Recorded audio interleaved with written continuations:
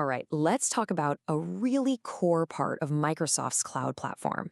If you've ever worked with data, the real challenge isn't just storing it, right? It's moving it, shaping it, and making sure it all runs like clockwork. So today, we're going to break down the exact tool Azure built to solve that problem. Here's what we're going to cover. We'll start with the big picture. What is Azure's main integration engine? Then we'll take a quick look back at its evolution because that story is super important. We'll also talk about a huge shift in data strategy that this tool really embraces. And finally, we'll break it all down into its essential core building blocks. Okay, so let's kick things off. What is Azure's go-to tool for doing all this data integration stuff at cloud scale? I mean, the Azure platform has a ton of different services, but there is one that really stands out as the main engine for orchestrating pretty much any data movement. And you guessed it, that engine is Azure Data Factory, or what everybody just calls ADF. You can think of it as the central nervous system for all your data pipelines. But to really appreciate how powerful the version we use today is, you kind of have to understand where it came from. So why was a second version even needed? I mean, what was wrong with the first one? To get why V2 is such a big deal, we've got to look at the growing pains of V1. The jump from V1 to V2 was, honestly, a game changer.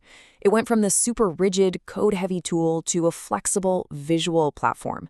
In V1, you had to manually author these massive JSON files for everything, and you couldn't even reuse parameters. It made development just incredibly slow and painful. You even had to do this weird trick called daisy chaining just to link activities together.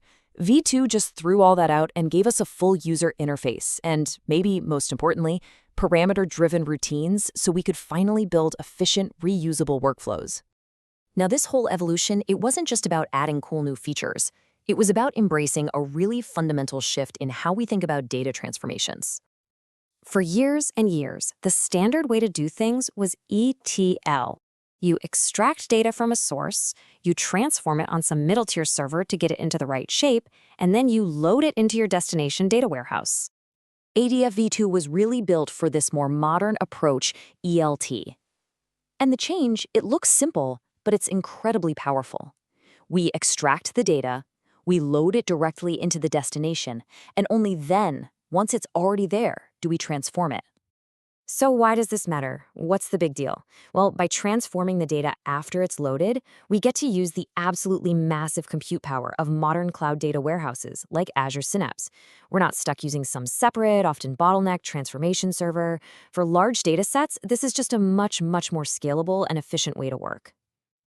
Okay, so now that we get the why behind ADF and its design, let's break down the how. Azure Data Factory is really built on 4 fundamental concepts. Everything, and I mean everything, starts with a linked service. This is basically just your connection string. It's the how to connect part.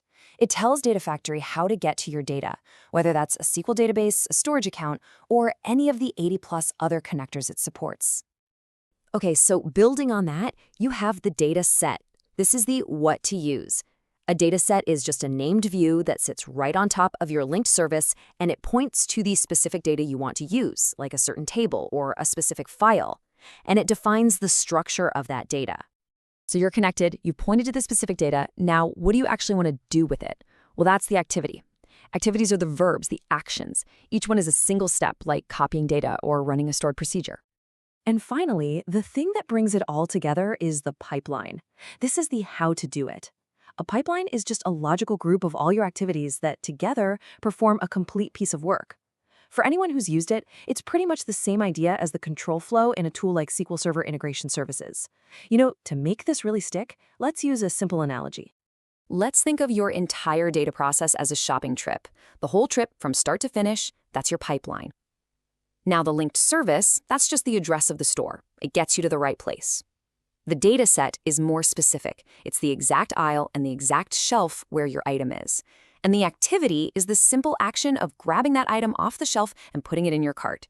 See, it's a really simple but powerful way to think about structuring any data task. So the main thing to take away from all this is that Azure Data Factory gives you this essential framework for building really robust, reusable, and scalable data integration workflows in the cloud. It's not just about moving data, it's about doing it intelligently. And that kind of leaves us with a final thought. Now that you know these building blocks, what's the first thing that comes to mind in your own environment? What's a process you're dealing with that could be modernized with this? Hey, if you found this breakdown useful, do me a favor and hit that like button, share it with your colleagues, and definitely subscribe for more deep dives just like this one. Thanks so much for watching.